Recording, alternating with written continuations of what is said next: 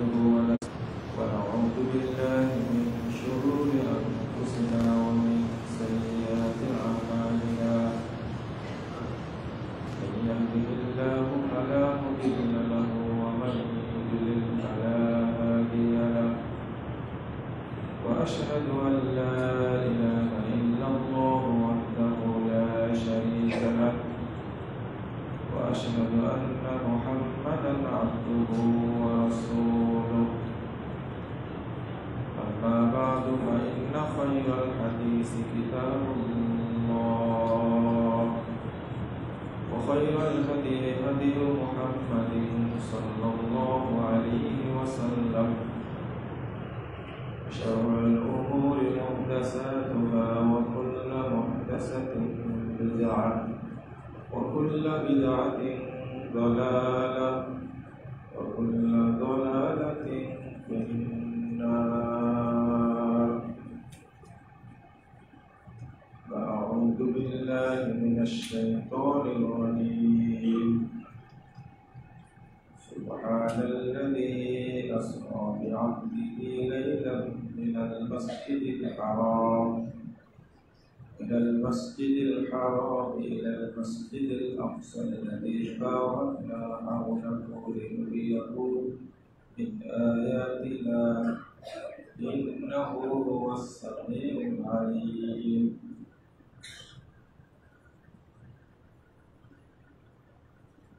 قال صلى الله عليه وسلم كل أمتي يدخلون الجنة إلا من أبى قيل من أبى قال من أطاعني دخل الجنة ومن عصاني فقد أبى رواه البخاري. وقال صلى الله عليه وسلم إن الله لا يقبل من العمل إلا ما كان له خالصا وابتغي به وجهه رواه النسائي بإسناد صحيح. সম্মানিত মুসল্লিবৃন্দ, আমরা আল্লাহর অশেষ রহমত এবং বরকতে রমাদান মাস সম্পূর্ণ করেছি। এখন আমরা শাওয়াল মাস অতিক্রম করছি। যারা রমাদান কাজে লাগিয়েছে আল্লাহ তাদেরকে সম্মানিত করবেন ইনশাআল্লাহ, আর যারা অবহেলা করেছে আল্লাহ তাদেরকে অপমান করবেন, অপদস্থ করবেন। এই শাওয়াল মাসের 6টা সিয়াম আমরা এখন করছি। যারা এই সিয়ামগুলো করছেন আল্লাহ যেন তাদেরকে পূর্ণ করার তৌফিক দান করেন। তবে রমজানের কাজাটা আগে পূরণ করবে, তারপরে শাওয়ালটা করবে। যাদের 2, 1, 3, 5টা ছুটে গেছে তারা আগে রমাদানটা করে নেবেন, এরপরে শাওয়ালেরটা করবেন। এটাই হলো সুন্নাহ। আজকে আপনাদের সামনে ফিলিস্তিন এবং ফিলিস্তিনের গাজা হামাস, তাদের সাথে সৌদি আরবের সম্পর্ক, মুসলিম বিশ্বের সম্পর্ক, এই বিষয়টা নিয়ে সংক্ষেপে আলোচনা করব ইনশাআল্লাহ।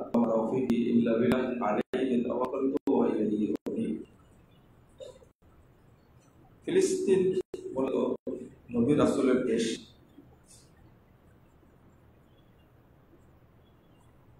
সব নবীর ইতিহাস এই ফিলিস্তিনের সাথে জড়িত। এবং রব্বুল আলামিন যখন মুহাম্মদ সাল্লাল্লাহু আলাইহি ওয়াসাল্লামকে সর্বশেষ নবী যখন তাকে ঊর্ধ্ব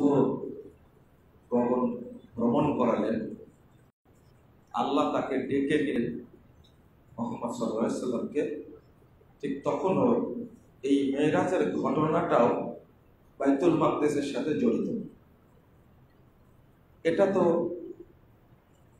হতে পারত মদিনাও, মদিনা থেকে তিনি প্রথম আসমান গেছেন, দ্বিতীয় আসমান গেছেন, অথচ বাইতুল মাকদিসের যাওয়ার পথেই কিন্তু মদিনা, উত্তর সাইডে।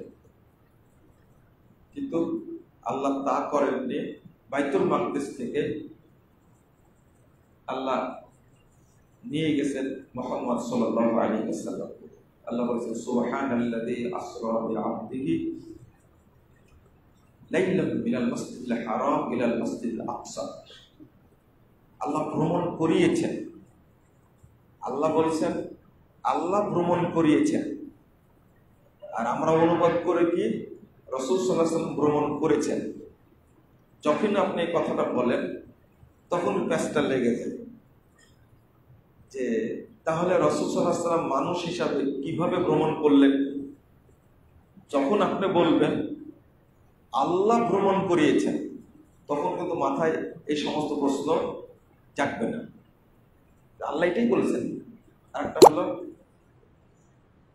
অন্য জায়গাতে রাসূল কথা উল্লেখ করেছেন, মুহাম্মদ সাল্লাল্লাহু আলাইহি ওয়াসাল্লাম কথা উল্লেখ করেছেন, নবী কথা উল্লেখ করেছেন, কিন্তু এখানে আল্লাহ উল্লেখ করেছেন আবদিহি, তার বান্দাকে তিনি ভ্রমণ করিয়েছেন। মানে আল্লাহর সাথে মুহাম্মদ সাল্লাল্লাহু আলাইহি ওয়াসাল্লাম কথা বলেছেন। এর দ্বারা আপনারা বুঝবেন না যে মুহাম্মদ সাল্লাল্লাহু আলাইহি ওয়াসাল্লামের আল্লাহর সমকক্ষ হয়ে গেছেন, বা তিনি মানে আল্লাহরই কিছু হয় পুত্র অথবা আল্লাহর ভাই, নাউযুবিল্লাহ। এইগুলো যদি কেউ মনে না করে, এজন্য কি ব্যবহার করছে? আবদিহি। ভ্রমণ করলেও মুহাম্মদ সাল্লাল্লাহু আলাইহি ওয়াসাল্লাম আল্লাহর বান্দা হিসাবেই কি করেছেন। এখানে তো রাসূল উল্লেখ করেননি, নবী উল্লেখ করেননি, আবার মুহাম্মদ সাল্লাল্লাহু আলাইহি ওয়াসাল্লাম উল্লেখ করেননি। রাত্রি ভ্রমণ করিয়েছেন, এক রাত, লাইলাম মিনাল মাসজিদিল হারাম ইলাল মাসজিদিল আকসা। এরপরে আল্লাহ বলেছেন, আল্লাযী বারাকনা হাওলাহু লিনুরিয়াহু মিন আয়াতিনা। যার চতুর্পার্শ্বে আল্লাহ রাব্বুল আলামিন বরকত দ্বারা ভরে দিয়েছেন বাইতুল আকসা। এই নিদর্শনগুলো দেখানোর জন্য আল্লাহ বলছেন আমি তাকে ভ্রমণ করালাম। দেখেন, এর সাথে আমি দুইটা হাদিস পড়েছি, বিস্তারিত যাব না। এখানে আমরা মেরাজের বিষয়টা আলোচনা করছি, ফিলিস্তিন নিয়ে আলোচনা করছি, কিন্তু আল্লাহ কোথায় এটা জানি না। বুঝেন না মনে হয়, তাই না? আইন আল্লাহ, আল্লাহ কোথায়? যারা সালাফি আকীদার, আহলুল হাদিস আকীদার মানুষ, তারা ছাড়া বাকি পৃথিবীর কোন দল, ফেরকা, মতবাদ উত্তর দিতে পারে না আল্লাহ কোথায়। আপনারা বলেন তো আল্লাহ কোথায়? আল্লাহ আরশে। আলহামদুলিল্লাহ, আলহামদুলিল্লাহ। এই যে 1 সেকেন্ড লাগেনি, উত্তর দিয়ে দিলেন আল্লাহ কোথায়। এটা হলো আকীদা। আল্লাহ নিয়ে গেলেন মুহাম্মদ সাল্লাল্লাহু আলাইহি ওয়াসাল্লামকে কোথায়? সাক্ষাতের জন্য নিয়ে গেলেন। তো আল্লাহ বলে দিচ্ছেন আর রহমান আলাল আরশে ইস্তাওয়া। রহমান আল্লাহ কোথায়? আরশে আছেন। আল্লাহ নিজের পরিচয় নিজে দিচ্ছেন, কোরআনের মধ্যে দিচ্ছেন। আপনি মুসলিম হিসাবে বলতে পারেন না কেন আইন আল্লাহ, আল্লাহ কোথায়? আল্লাহ আরশে। এই কথা বললে প্রমাণ হয় যে আল্লাহর আকার আছে। এই জন্য এই কথা স্বীকার করতে চাই না। ইমাম আবু হানিফা রাহিমাহুল্লাহ বলেছেন আল্লাহ কোথায় আছে এটা আমি জানি না। এই কথা যদি কেউ বলে তাহলে লোকটা কাফের। লোকটা কি? কাফের। এবার নেন আপনি, আমি কেন ফিলিস্তিনের কথা বলছি, এই বিষয়টা কেন বলছি? মুহাম্মদ সাল্লাল্লাহু আলাইহি ওয়াসাল্লাম ফিলিস্তিন থেকে গেলেন প্রথম আসমান, আদম আলাইহিস সালামের সাথে দেখা হলো। দ্বিতীয় আসমান, ঈসা আলাইহিস সালামের সাথে দেখা হলো। এইভাবে ষষ্ঠ আসমানে গিয়ে দেখা হলো মূসা আলাইহিস সালামের সাথে। সপ্তম আসমানে দেখা হলো, সপ্তম আসমান কি আমেরিকায় না চীনে? সপ্তম আসমান কোথায়? হ্যাঁ, ষষ্ঠ আসমান উপরে না মাটির নিচে? উপরে, সিদরাতুল মুনতাহা পর্যন্ত গেলেন। আল্লাহর সাথে কথা হলো। মুহাম্মদ সাল্লাল্লাহু আলাইহি ওয়াসাল্লামকে দিলেন মাত্র 5 ওয়াক্ত সালাত। কয় ওয়াক্ত? 5 ওয়াক্ত। আমাদের এই ভাইরাস হুজুরগুলো আলোচনা করে যে আল্লাহ মেরাজের রাত্রিতে মুহাম্মদ সাল্লাল্লাহু আলাইহি ওয়াসাল্লামকে ইসলামী রাষ্ট্র কায়েমের 14 দফা মূলনীতি দিয়েছেন। তাজা মিথ্যা কথা, যেটা কোরআনেও নাই, হাদিসেও নাই, ইতিহাসেও নাই। আমরা নিজের একটা কথা বানাই নিয়েছি। আর একটা কথা, আল্লাহ জিজ্ঞেস করলেন মুহাম্মদ কি নিয়ে এসেছে আমার জন্য? মুহাম্মদ সাল্লাল্লাহু আলাইহি ওয়াসাল্লাম বললেন আত-তাহিয়াতু লিল্লাহি ওয়াস-সালাওয়াতু ওয়াত-তাইয়্যিবাতু, তাই না? আর এর জবাবে আল্লাহ কি বললেন? আসসালামু আলাইকা ইয়া আইয়ুহান নাবিয়্যু, তাই না? কত সুন্দর, প্রসিদ্ধ, কিন্তু পুরোটাই মিথ্যা কাহিনী। এই যে বানাইছি আমরা, এইভাবে সুন্দর করে বানাইছি। শুধু দিয়েছেন আল্লাহ রাব্বুল আলামিন মুহাম্মদ সাল্লাল্লাহু আলাইহি ওয়াসাল্লামকে 5 ওয়াক্ত সালাত না, 50 ওয়াক্ত দিয়েছিলেন। কয় ওয়াক্ত? যখন ফিরে আসছেন ষষ্ঠ আসমানে দেখা মুসা আলাইহিস সালামের সাথে, মুসা আলাইহিস সালাম জিজ্ঞেস করলেন কি দিল তোমাকে? 50 ওয়াক্ত নামাজ দিয়েছেন, সালাত।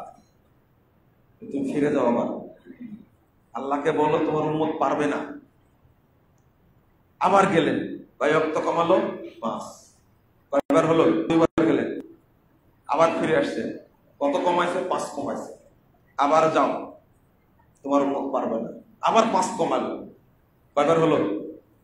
3 বার। সালাত হলো 40 ওয়াক্ত। আবার যাও, পারবে না।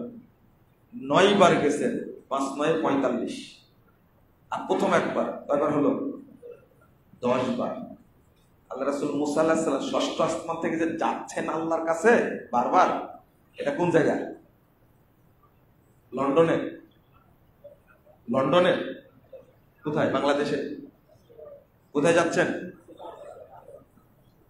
একটা জাজল্য হাদিসকে আমরা অস্বীকার করি, আল্লাহ কোথায় আছে এটাই বলতে পারি। অথচ মুসা আলাইহিস সালামের সাথে কথা হচ্ছে, আবার যাচ্ছে। এই হাদিস প্রমাণ করে 10 বার আল্লাহর সাথে কথা বলতে গেছেন মুহাম্মদ রাসূলুল্লাহ সাল্লাল্লাহু আলাইহি ওয়াসাল্লাম। এখন কনফার্ম হলেন তো আল্লাহ কোথায় আছে। কিন্তু হুজুর এটা বলতে পারে না কেন? এক গাধা বলাটাও ঠিক না, গাধারও বুদ্ধি শুদ্ধি আছে। বলছে এরা বলছে আল্লাহ আরশে। বিজ্ঞানের যে প্রযুক্তি, এখন রকেট যেভাবে যাচ্ছে, একটা সময় আসবে এই বিজ্ঞানীরা আরশ থেকে মুহাম্মদ তাকে আল্লাহ রাব্বুল আলামিনকে গ্রেফতার করে ফেলবে। আমি যে কথা বলি, কিছু কথা কড়া করে বললে আপনারা বলেন যে এত কড়া বলেন কেন? একে কি বলবেন আপনি বলেন তো দেখে? যে আল্লাহকে গ্রেফতার করবে বিজ্ঞানীরা, এই হারামখোরের কি শাস্তি হওয়া উচিত বলেন? বিজ্ঞানীরা এখন পর্যন্ত কি প্রথম আসমানে নাগাল পেয়েছে?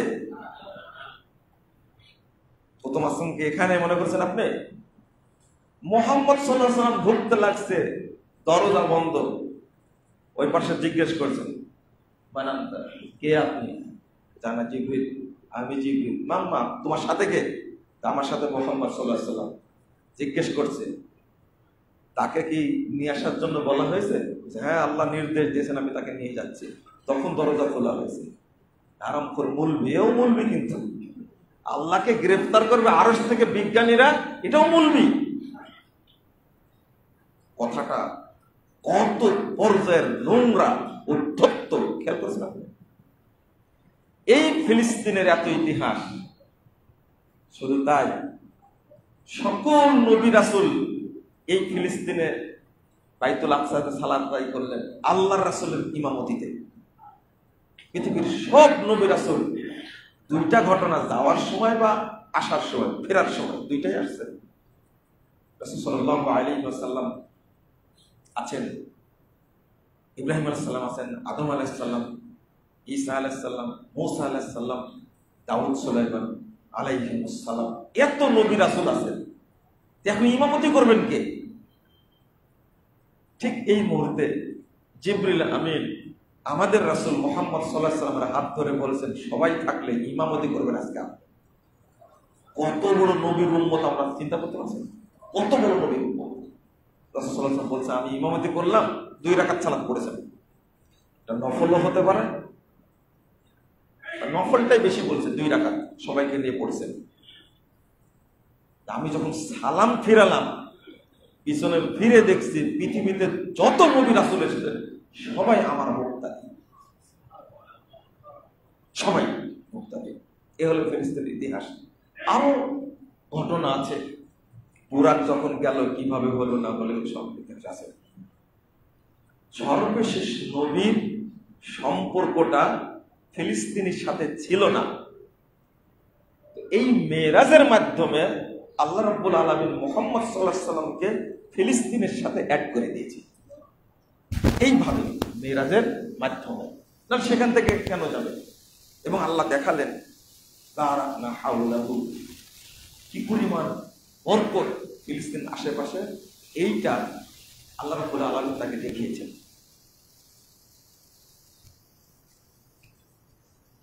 কাবা প্রথম প্রতিষ্ঠিত 3366 নম্বর হাদিস, আল্লাহ বলেছেন আউয়ালু বাইতিন উযিয়া লিন-নাস লাল্লাযী বিবাক্কা মুবারাকাও ওয়া হুদাল লিল আলামিন। 96 নম্বর আয়াত সূরা আল ইমরান। আল্লাহ বলেছেন প্রথম ঘর যেটা মক্কায় নির্মিত হয়েছে ইবাদতের জন্য, সেই ঘরটার নাম কি বলেন? কাবা। আপনাদের বলা নিলাম কেন বলেন তো? মুসলিমদের প্রথম কিবলা কোনটা? দেখেন উত্তরটা সবাই দিলেন, অথচ এটা ইহুদিদের কথা। এটা কি কাদের কথা? ইহুদিদের। বাইতুল আকসা মুসলিমদের প্রথম কিবলা। আমি যে আয়াত পড়ে প্রশ্নটা করলাম, ঘুরে ওটাই বললেন, বুঝেন না মনে কথাটা? আউয়ালু বাইতিন উযিয়া লিন-নাস লাল্লাযী বিবাক্কা, আমি যে আয়াতটা পড়ে অনুবাদ করলাম, কাবা আগে তৈরি না বাইতুল মাকদিস আগে তৈরি? বাইতুল মাকদিস কি করে মুসলিমদের প্রথম কিবলা হয়? উত্তর দেন।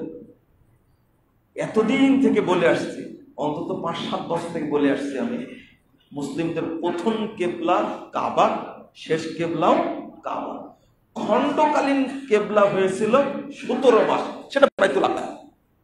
এটা হলো ইহুদিদের দাবি যে এই প্রথম কিবলা পৃথিবীতে হয়েছে কোনটা?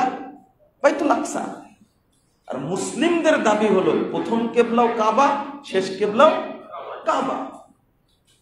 আপনারা উত্তর দিলেন এই সাভার মসজিদের মুসল্লি। চিন্তা করেন, এই যে আমি কথাগুলো এইভাবে বলি, না জেনে যে গালিগালাজ করে,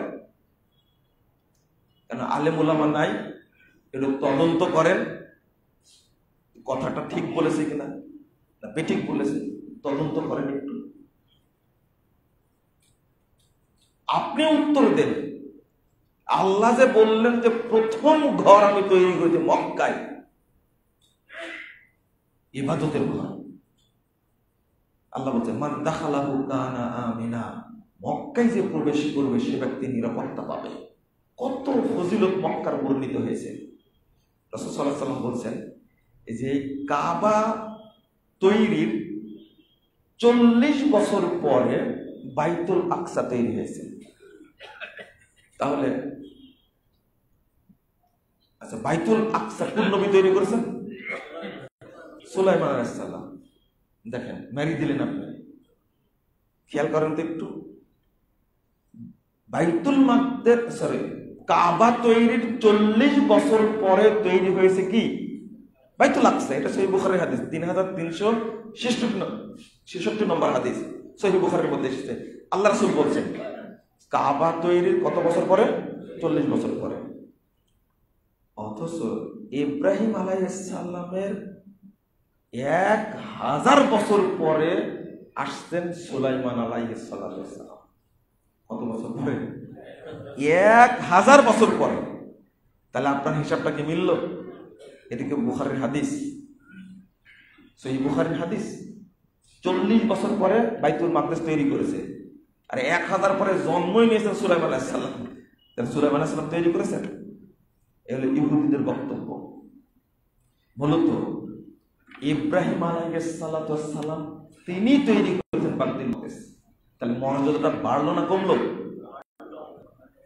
কাবা যেমন তৈরি করেছেন ইব্রাহিম আলাইহিস সালাম, ঠিক বাইতুল মাকদিস তৈরি করেছেন কে?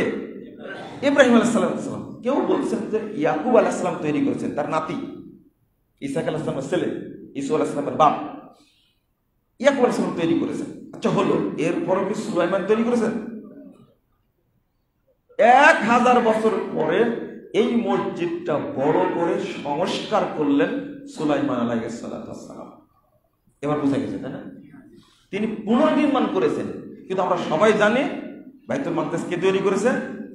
সুলাইমান আলাইহিস সালাম। কেন জানেন? ইসহাক আলাইহিস সালামের সন্তান ইয়াকুব আলাইহিস সালাম, আর ইসহাক আলাইহিস সালাম থেকে সব নবী এসেছেন, আর ইসমাইল আলাইহিস সালাম থেকে নবী এসেছেন মাত্র একজন, নাম কি? মুহাম্মদ সাল্লাল্লাহু আলাইহি সাল্লাম। এই জন্য এই ইহুদেরা দাবি করে যে জবিহুল্লাহ ইসহাক, ইসমাইল না, নাউজুবিল্লাহ।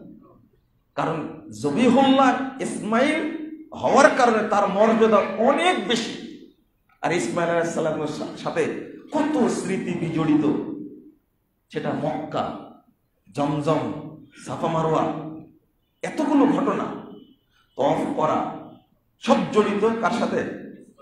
ইসমাইল আলাইহিস সালাম সাথে। কারণ তার মা এবং ইসমাইল আলাইহিস সালাম দুইজনা মিলেই জমজমের মালিক, দুইজনা মিলে মাকাম ইব্রাহিমের মালিক, দুইজনা মিলে সাফা মারওয়ার মালিক, তারা মিলে আরাফার মালিক, তারা মিলে মিনার মালিক, মুজদালিফার মালিক। এত ইতিহাস তাদের সাথে জড়িত, এটা ইহুদিরা সহ্য করতে পারে না। তথ্যগুলো কিভাবে ঘুরাই দিছে দেখেন, কিভাবে ঘুরাই দিছে। আমি আপনাদের বলছি দলিল দিয়ে, যারা এই মিথ্যা কাহিনীগুলো বলে তাদের দলিল আছে? তাদের দলিল নাই, কিভাবে বলে? তাহলে আমরা এক বাক্যে বুঝবো যে এই ফিলিস্তিনটা ইহুদিরা দখল করলো কেন। মূল কারণ হলো যে ওরা বলে এই ফিলিস্তিন এই নবী রাসূলের দেশ।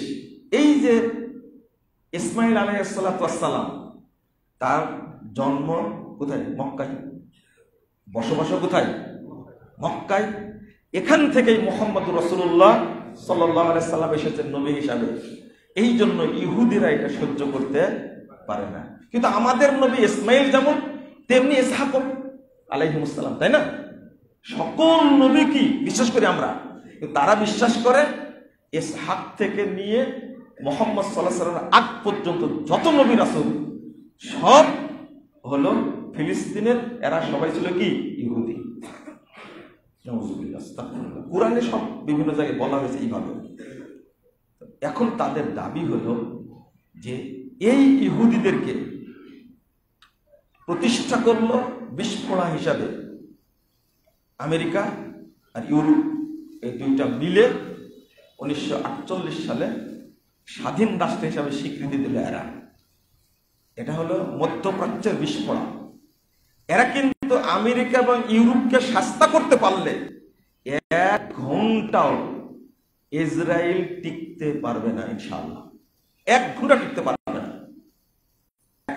2 নম্বর, ফিলিস্তিন মুসলিমদের ছিল, এখনো আছে, কিয়ামত পর্যন্ত থাকবে ইনশাআল্লাহ। তবে এই ফিলিস্তিনে আক্রমণ হয়েছে প্রায় 10,000 বার। হাদিসে ইংরেজি মুসনাদে হাকিমের হাদিস একটা, যে এই বাইতুল মাকদেসে মুসলিমরা সালাত আদায় করতে পারবে না, তো ফজিলত অর্জন করবে কি করে, তাই না? ফজিলত অর্জন করতে পারে। রাসূল সাল্লাল্লাহু আলাইহি ওয়াসাল্লাম বলেছেন মিসলু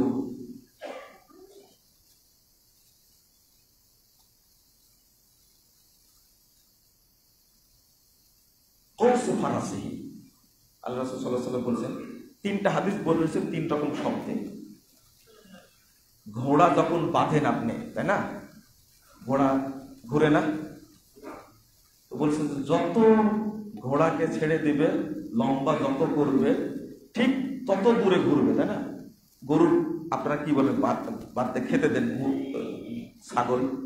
মুহাম্মদ রাসূলুল্লাহ সাল্লাল্লাহু আলাইহি ওয়াসাল্লাম বলছেন যে বাইতুল মাকদেসে যেতে না পারলেও আমার উম্মতের মন যদি বাইতুল মাকদেসের প্রতি মহব্বত থাকে, তাহলে এই মহব্বতের কারণেই পৃথিবী এবং পৃথিবীর যা কিছু আছে সব বিক্রি করলে, দান করলে যত নেকি হবে, শুধু মহব্বত রাখলে তত নেকি হবে। হাকিমের হাদিস, মানে আমার মন চলে গেছে কোথায়? বাইতুল মাকদেস। এই যে এই হাদিস দিয়ে মুহাদ্দিসগণ বলছেন ইয়ামনাউনা জিয়ারা, মুসলমানদেরকে বাধা দিবে বাইতুল মাকদেসে জিয়ারত করতে, যেতে দেবে না। এই জন্য আল্লাহ রাসূল ফজিলত বর্ণনা করে দিয়েছে, অন্তত মহব্বতটা রাখো তোমরা দূর থেকে। এই মহব্বত রাখলেই সারা পৃথিবী দান করলে যে নেকি হবে, সেই নেকি কেউ তোমাকে বেশি নেকি দেওয়া হবে। 2 নম্বর, সুলাইমান আলাইহিস সালাম এই বাইতুল মাকদেস পুনর্নির্মাণ করে দোয়া করেছিলেন 3টা। তার মধ্যে একটা দোয়া হলো যে আল্লাহ, কেউ যদি এখানে আসে সে যেন সালাত না পড়ে ফিরে না যায়। যে ব্যক্তি সালাত পড়বে, কোন সালাত পড়বে, খরাজা মিন যুনুবিহি কায়াউমি ওয়ালাদাত উম্মু, সে পাপ থেকে অনুরূপ মুক্ত হয়ে যাবে যেদিন, ওই দিনের মতো হবে যেদিন তার মা তাকে জন্ম দিয়েছে। বাইতুল মাকদেসের ফজিলত, একদিকে বরকত, আগেই বলেছি পুরোটা এত পরিমাণ বরকত এই অঞ্চলে, ইহুদিরা এই জন্যই এটাকে ঠেকে রাখে। তবে ইহুদিরা পৃথিবীর যেখানেই থাক, কোরআনের উপরে ঈমান আনেন আপনি, যুরিবাত আলাইহিমুয যিল্লাতু ওয়াল মাসকানা আইনামা সুকিফু।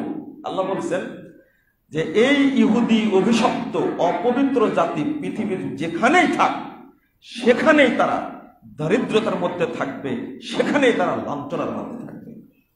আজকে ইসরায়েলে যে আছে, ফিলিস্তিনে হামলা করছে শয়তানগুলো, কিন্তু এই প্রধানমন্ত্রী নেতানিয়াহু হলো হারামখোর, এই শয়তানটা বাংকারের মধ্যে পালায় থাকে। যে বাংকারের মধ্যে পালায় থাকে ওর কোনো জীবন আছে বলেন তো দেখি? ওরা টিকবে না।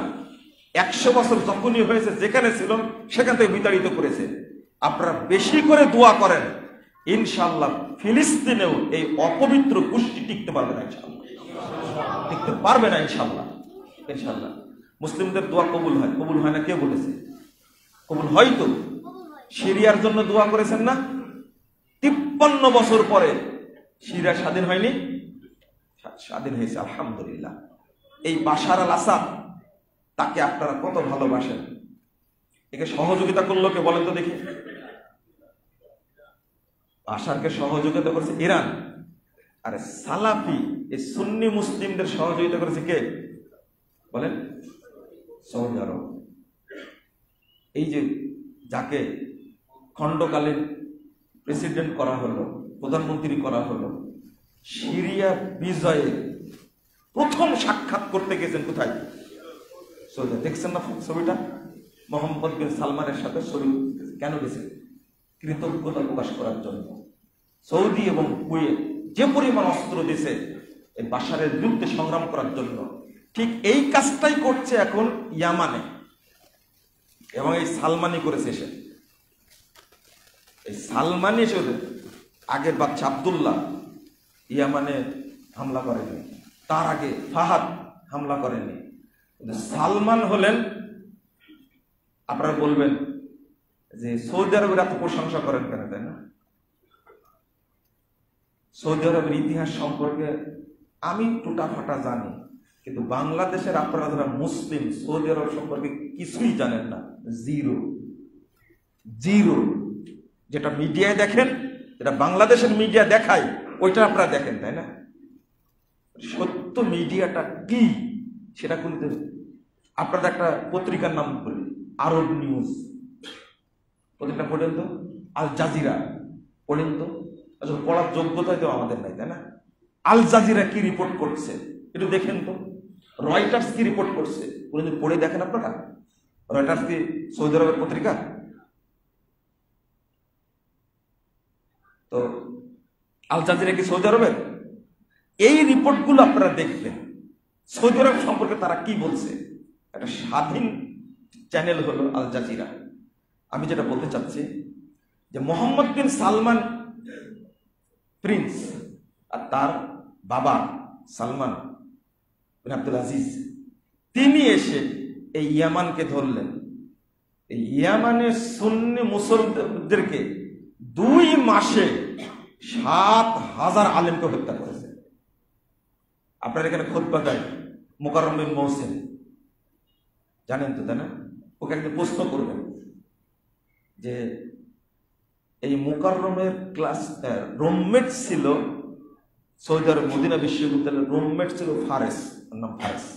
তখন মাস্টার্সে করতে আমার সাথে দেখা হয়েছে। খুব সুন্দর একটা ছেলে, যেহেতু তার বড় ভাই আমি, ফারেস আমার একটা বই হাদিয়া দিল, কথা বললেন।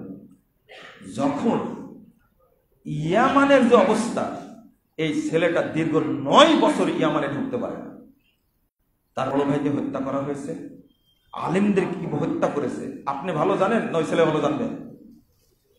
যখন হামলা শুরু করলো সালমান, তখন বলছে যে ঘুমায় না, সারাদিন দেখি, সারা রাত দেখি ও জেগে থাকে, কাঁদে, মাঝে মাঝে শব্দ শোনা যায়, আর দোয়া করে শুধু সৌদি আরবের শাসকের জন্য। আমার কাছে শুনবেন না, মুকাররমের কাছে শুনবেন, আপনারা আরো ভালো করে বলতে পারবেন। এই ইয়ামানও একদিন শিয়া মুক্ত হবে ইনশাআল্লাহ, ইনশাআল্লাহ। এখন আমি যেটা বলতে চাই, এই যে এখন যুদ্ধটা চলছে, আপনাদের অনেকের প্রশ্ন, সৌদি আরব তো কোনো সহযোগিতা করে না, আর এত গালিগালাজ করেন সৌদি আরবকে আপনারা। শোনেন, আমাকে যদি আপনি ইহুদি বলেন, কি বলেন? ইহুদি বলেন। মুজাফফর বিন মোহসিন ইহুদি বা ইসরায়েলের দালাল, এর সাথে আর একটা কথা যোগ করবেন, যদি আপনার মাজায় বল থাকে। আমি শিখাইতে আপনাকে বললেন যে মুজাফফর বিন মোহসিন আহলে হাদিসরা ইহুদিদের দালাল, এই কথার সাথে যোগ করবেন, যদি দালাল না হয় তাহলে আমি ইহুদির দালাল। কথা বলছেন? কথা কি বুঝছেন? আমি কথাটা ঘুরা বলতে পারবো, কিন্তু আপনিও বলবেন যদি মুজাফফর বিন মোহসিন আহলে হাদিসরা ইহুদির দালাল না হয়, তাহলে আল্লাহ আমার উপরে গজব নাযিল করবে। বলেন তো একবার দেখি, বাংলাদেশে কারো সাহস আছে কিনা? কথাটা কি বুঝতে পারলেন আপনারা? এইটা বলেন, আহলে হাদিসরা ইহুদিদের দালাল, যদি দালাল না হয় তাহলে আমার উপরে আমার বউ হারাম হয়ে যাবে। বলেন তো, একটা বাক্য শুধু বাড়ায় বলেন। ঘোষণা দিলাম, বাংলাদেশে যারা বলছে আমাদের গালি দিচ্ছে, তাদেরকে এই বাক্যটা বলতে পারবে যদি মাজায় বল থাকে। আপনি কি বুঝতে পারলেন? শুধু এটা বলুন যে গজব নাযিল হবে। আর আমি বলছি, আহলে হাদিসরা যদি মুজাফফর বিন মোহসিন যদি ইহুদিদের দালাল হয়, তাহলে আমার উপরে আল্লাহ আগে গজব নাযিল করুন। কথা বুঝতে পারেন? এই মেম্বারে দাঁড়িয়ে বললাম, আল্লাহকে বলছি, আমরা যদি ইহুদি খ্রিস্টানদের দালাল হই, আল্লাহ যেন আমার উপরে গজব নাযিল করে। আমি বললাম, আমি দোয়া করলাম। তুমি যদি বলতে না পারো, আমি যদি না শুনি এটা, তাহলে আমরা বুঝে নেব কি তুমি কথাটা কি বলতেছ সত্য না হলে গালিটা ঘুরে যায় না? সত্য না গালিটা ঘুরে যায় না? লা হাওলা ওয়ালা কুওয়াতা ইল্লা বিল্লাহ। আমি যেমন বললাম শক্ত করে বলো দেখি, এর নাম হলো মুবাহালা। এর নাম কি? মুবাহালা। আর যদি মাঠে ডাকতে চাও, সরলা ডুবদানে আসো, আমি থাকবো, তোমরা সবাই থাকবে, তুমি দোয়া করবে, আমি বলবো আল্লাহ। কথা কি বুঝতে পারছেন? তুমিও দোয়া করবে, আমিও দোয়া করব। তুমি বলবে আহলে হাদিসরা ইহুদের দালাল, যদি দালাল না হয় তাহলে আল্লাহ তুমি আমাকে ধ্বংস করো। আর আমি বলবো আল্লাহর কাছে, আল্লাহ আমি ইহুদিদের দালাল না, যদি আমি দালাল হই তাহলে আল্লাহ তুমি আমাকে ধ্বংস করো। এটা চুক্তি করলাম কিন্তু এই মৌলবীদের সাথে, আজকে এটা চুক্তি হয়ে গেল। এনি টাইম আমি উপস্থিত। এটা যেটা বলতে চাচ্ছিলাম, এই যে গালিগালাজ যে করছেন, ইতিহাস কি আমাদের জানা আছে? বলেন তো, ফাতাকে আর হামাসকে? আমাকে যাই বলেন না কেন, আমাকে মেরে ফেললেও যতক্ষণ সুযোগ আছে বলতে দিবেন, বলবেন। সামনে গ্রেফতার করলে তো আলাদা ব্যাপার, কিন্তু আমি বলবো। আর বেনামাজির যে দাপট দেখছি, বুঝছেন, জমশেদ মজুমদার শুধু বলেছে যে ফজরের নামাজটা পড়েছে কিনা, ফজরের নামাজটা পড়েছে কিনা, এই জন্য তার পিছনে লেগে গেলেন। তার নাকি আইডি নাকি পেজ হ্যাক করে ফেলেছে, অনেক কিছু করছেন। আচ্ছা, বেনামাজি আপনি আপনি ফিলিস্তিন দখল করতে যাবেন আপনি বেনামাজি হয়ে, আর আল্লাহ আপনাকে বিজয় দান করবে? আপনি তো কাফের। আল্লাহর কাছে সবচেয়ে নিকৃষ্ট জাতি কি? কাফের। আপনার শুনেন, যে নামাজ পড়ে না ওই ইসরায়েলের চেয়েও খারাপ, কিন্তু যে নামাজ পড়ে না ইহুদির চেয়েও খারাপ, কিন্তু যে নামাজ পড়ে না ও বিধর্মীর চেয়েও খারাপ। আর ইহুদি খ্রিস্টান বিধর্মীরা মুরতাদ না। আর মুসলিম ঘরে জন্মগ্রহণ করে আপনি নামাজ পড়েন না মানে মুরতাদ হয়ে গেছেন। আপনাকে হত্যা করা ফরজ। মুসলিম সরকার থাকলে আপনাকে হত্যা করা হতো। এটা হল মাসালা। ইহুদি খ্রিস্টানের চেয়ে বেশি খারাপ হবে। আপনার গায়ে আগুন ধরলো কেন?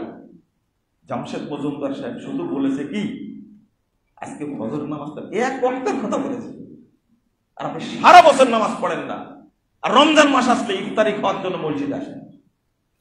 কত বড় বাট পারে না বলে তো দেখি? আর কি মুসলিম এক ওয়াক্ত নামাজ ছেড়ে দিলে মানুষ কাফের হয়ে যায়, ওর সাড়ে কয় ওয়াক্ত বলে তো দেখি। যেটা বলছিলাম, হামাস আর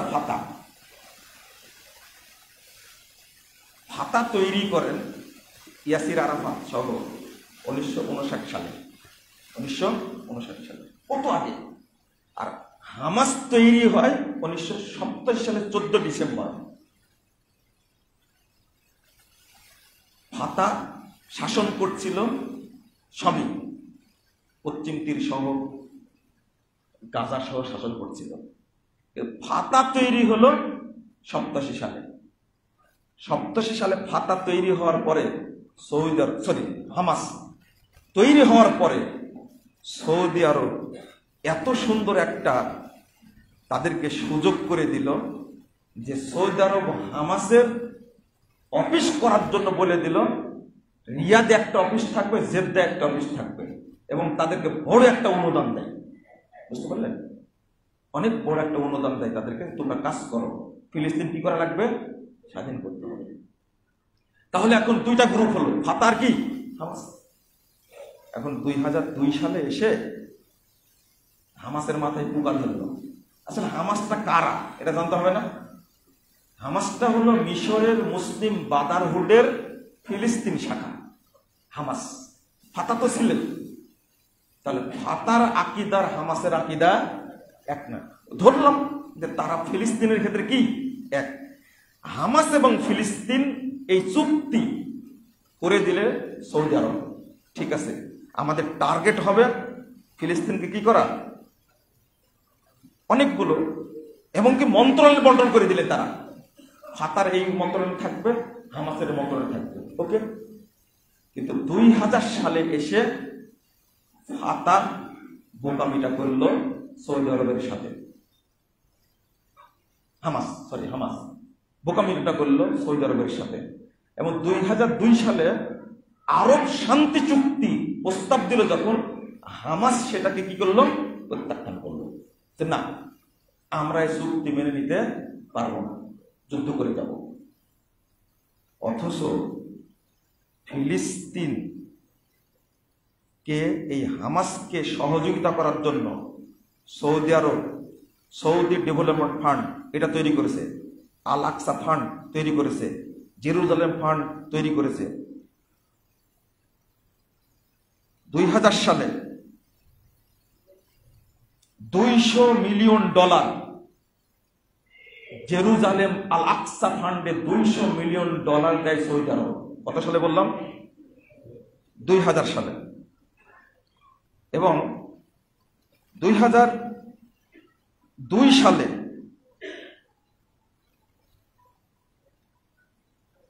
$2013 সালের কথা আসে, $100 মিলিয়ন দেয় সৌদি আরব। 2014 সালে গাজা পুনর্নির্মাণে সৌদি আরব দেয় $500 মিলিয়ন। 2015 সালে দেয় আপনার আবার প্রতি মাসে $20 মিলিয়ন দেওয়ার জন্য সৌদি মন্ত্রণালয়টা পাশ করা হয় এবং প্রতিনিয়ত সেটা দিয়ে যাচ্ছে। মনে হয় এই যে কথাগুলো বললাম, এর আগে আপনি কারো কাছে কথাগুলো শোনেন না, কারো কাছে শোনেননি, বলবে না। বাংলাদেশের মুনাফেক মিডিয়া এই কথাগুলো বলবে, ওরা শুধু গালি দিতে চান। আমি শেষ করব। 2007 সালে এসে সৌদি আরবের সাথে হামাস মিলল না, 2 সালে বেইমানি করল, 7 সালে এসে হামাস আর ফাতা, মানে ফাতাকে জেরুজালেম থেকে অর্থাৎ গাজা থেকে তাড়িয়ে দেওয়ার জন্য হামাস চুক্তি করল ইরানের সাথে, হিজবুল্লাহর সাথে এবং হুতির সাথে, বাশার আল আসাদের সাথে। এই 4 গ্রুপের সাথে চুক্তি করে একসঙ্গে ফাতাকে গাজা থেকে কি করলো? তাড়িয়ে দিল, বহিষ্কার করলো 7 সালে। এবং তুমুল যুদ্ধ হয়, ফাতা গাজা ছেড়ে দিল। এখন কি হতে পারে? 13 সালে এসে মুসলিম ব্রাদারহুডকে সহযোগিতা করলো কে? মুসলিম ব্রাদারহুডকে সহযোগিতা হামাস, যেটা সৌদি আরবের সাথে দূরত্ব। কারণ ইখওয়ানি যারা, তারা মুসলিম ব্রাদারহুড যারা, ইখওয়ানি যাদেরকে বলে, ইখওয়ানুল মুসলিম যাদেরকে বলে, তাদের আকীদা আর সৌদি আরবের আকীদা এক নয়। যখন সৌদি আরবের সাথে দূরত্ব বাড়ে, এমনকি মুরসি যখন ক্ষমতায় আসে, তখন খুব সুন্দরভাবে, সত্য ঘটনা যেটা বলতেই হবে, আমি না বলে আরেকজন বলবে তো, মুরসির সাথে সৌদি আরবের দূরত্ব হয় এবং মুরসি ক্ষমতায় 1 বছর থাকতে পারেনি। এই হামাস আর মুরসি, মুসলিম ব্রাদারহুড যেটা, এই দুইটা যেহেতু একই আকীদার মানুষ, সৌদি আরবের সাথে দূরত্ব আরো বেড়ে যায়। আর ইতিমধ্যেই হামাস এই 3টা গ্রুপের সাথে চুক্তি করেছে। হামাসের মূল বন্ধু, 1 নম্বর বন্ধু হলো ইরান, 2 নম্বর বন্ধু হলো কি? হিজবুল্লাহ, 3 নম্বর বন্ধু হলো হুতি, 4 নম্বর হলো বাশার আল আসাদ, 5 নম্বর হলো কি? তালেবান। দুর্ভাগ্য হলো এই 5টা গোষ্ঠীর সাথে সৌদি আরবের আকীদাগত কোনো মিল নাই। বরং ইরান চায়, ইরানের সাথে আপনি কিভাবে বন্ধুত্ব করবেন? এই বক্তব্য যখন দিচ্ছি, ওই যে অনেক আগে বলেছিলাম, বাংলাদেশের অধিকাংশই দাবি করে মুসলিম, কিন্তু এরা অধিকাংশই শিয়া, শিয়া শাসক দ্বারা শাসিত হয়েছে। তারা ইখতিয়ারউদ্দিন মোহাম্মদ মুফতিয়ার খুলজি, নবাব সিরাজউদ্দৌলা, আরো যত শাসক, টিপু সুলতান, এরা সবাই কি ছিল? শিয়া। আমাদের অন্তর সেই শিয়া বীজ আছে এখনো। আর ওই কারণে ইরানকে আমরা ইসলামী সরকার বলি, অথচ ইরান এক আলী রাদিয়াল্লাহু আনহু ছাড়া বাকি 3 খলিফাকে তারা কাফের বলে। বর্তমান রাফেজি শিয়া, এই খোমেনি এ তৈরি করেছে শিয়া, বাশার হলো নুসাইরিয়া। আমি শিয়াদের উপরে বক্তব্য দিচ্ছি, আগে আপনারা শুনে নেবেন, একবার পরিষ্কার।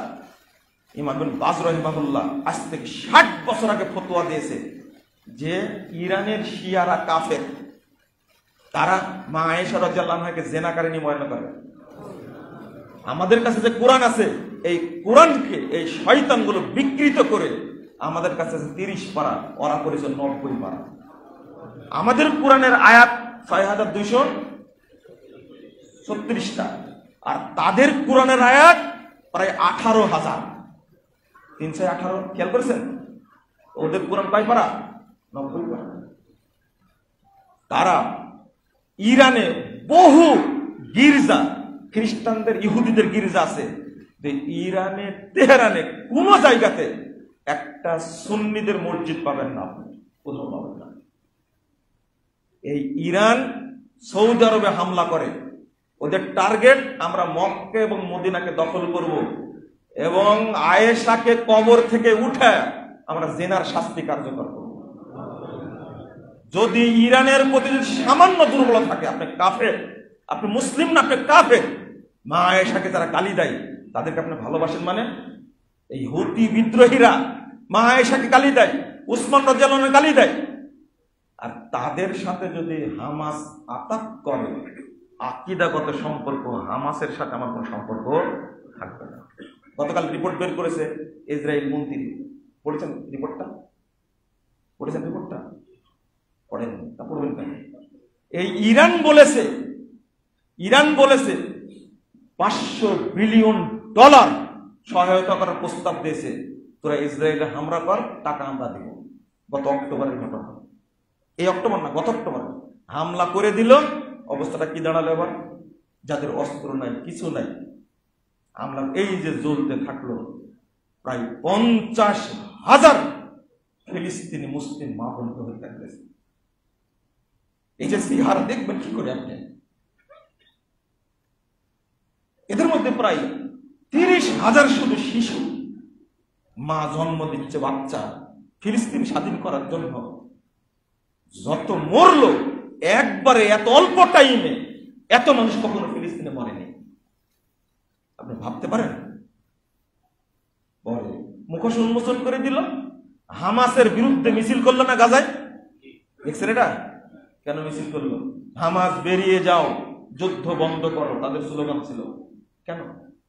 হামাস গাজার যদি এতই ভাই হয়, তাহলে মিছিল করলো কারা? ও এখন বলবেন যে মিছিল ইসরায়েলরা করেছে, তাই না? তা তো বলবেন, আপনারা বলবেন যায় আসে না। সারা বছর ফিলিস্তিনের জন্য দোয়া করি, সারা বছর কুনুতে নাজিলা পড়ি। মনে হয় আহলে হাদিসদের মধ্যে কুনুতে নাজিলা আমি বেশি পড়ি, জুমাতে বেশি পড়ি, মোহাম্মদপুর মসজিদে পড়ি, এবং যত বড় বড় সম্মেলন হয় হাজার হাজার মানুষকে নিয়ে ফিলিস্তিনের উদ্দেশ্যে আমি কুনুতে নাজিলা পড়ি। আমাকে সবচেয়ে বেশি গালি দেওয়া হচ্ছে, তাই না? আহলে হাদিসরা কুনুতে নাজিল বলে ফিলিস্তিন মুক্তির জন্য, এবং মুক্ত হবে ইনশাআল্লাহ। ছোট্ট একটা ইতিহাস, যখন সিরিয়া বিজয় হতে যাচ্ছে, কত সুন্দর চুক্তি দেখেন। ইসরায়েল যুদ্ধ বন্ধ করলো, তারপরে হেজবুল্লাহ যুদ্ধ বন্ধ করলো, ইরান যুদ্ধ বন্ধ করলো, করে সিরিয়া দখলের জন্য ঘুরে নিল ওইদিকে। কারণ সিরিয়া হাতে চলে যাচ্ছে কাদের? সুন্নিদের। এরপরে টিকতে পারেনি, এখনো হামলা করছে ইরান, এখনো হামলা করছে সিরিয়ার উপরে। হামলা করবে, এইগুলো আপনার একদিন না বুঝলেও 10 বছর পরে বুঝবেন ইনশাআল্লাহ। আল্লাহ বুঝার তৌফিক দিবেন ইনশাআল্লাহ। আমি আশা করি মানুষের অন্তর আল্লাহ খুলে দিবেন ইনশাআল্লাহ। অন্তর থেকে দোয়া করবেন, আল্লাহ যেন ফিলিস্তিনকে স্বাধীন করে দেন, আল্লাহ যেন এই অপবিত্র ইহুদিদেরকে নিশ্চিহ্ন করে দেন, সারা পৃথিবীতে কোথাও যেন ঠাঁই না পাতা। হুমায়ুন রাদিয়াল্লাহু আনহু দোয়া করেছিলেন, আল্লাহুম্মা আহসিহিম আদাদা ওয়াকতুলহুম বাদাদা ওয়ালা তুবকি মিনহুম আহাদা। আল্লাহ, তুমি তাদেরকে গুনে গুনে রাখো, তাদেরকে তুমি একসঙ্গে ধ্বংস করে দিও, তুমি তাদের একজনকে পৃথিবীতে ছেড়ে দিও না। হুমায়ুন রাদিয়াল্লাহু আনহু দোয়া কবুল হয়েছিল, আমরাও দোয়া করছি কবুল হবে ইনশাআল্লাহ একদিন। ফিলিস্তিন আমাদের আছে, থাকবে আমাদেরই, ওখান থেকে বিজয় শুরু হবে ইনশাআল্লাহ। সিরিয়া যেভাবে বিজিত হয়েছে, ফিলিস্তিনে বিজয় লাভ করবে ইনশাআল্লাহ, এবং এই শিয়া মারদুদগুলোকে যেন আল্লাহ ধ্বংস করে দেন। কত বেয়াদবের বেয়াদব।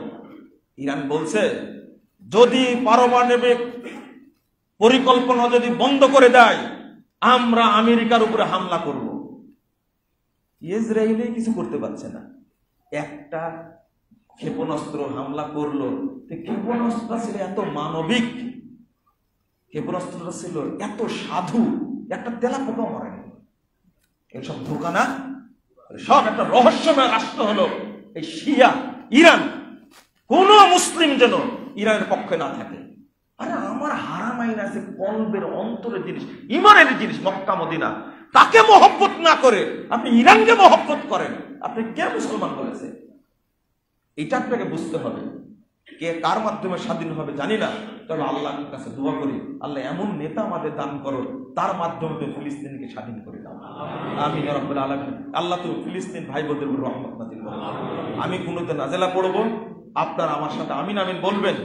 আমরা পড়তেই থাকবো, বলতেই থাকবো, ইনশাআল্লাহ একদিন বিজয় হবে, ফিলিস্তিনিরা নিরাপদে থাকবে ইনশাআল্লাহ, এবং আমাদের নবী রাসূলদের ভূমি সেটা আমাদেরই থাকবে ইনশাআল্লাহ। আল্লাহ তুমি আমাদের কবুল করো। আমিন ইয়া রাব্বাল আলামিন। আকুলু কওলি হাযা আস্তাগফিরুল্লাহ ওয়া লাকুম ওয়া লিসাইরিল মুসলিমিন।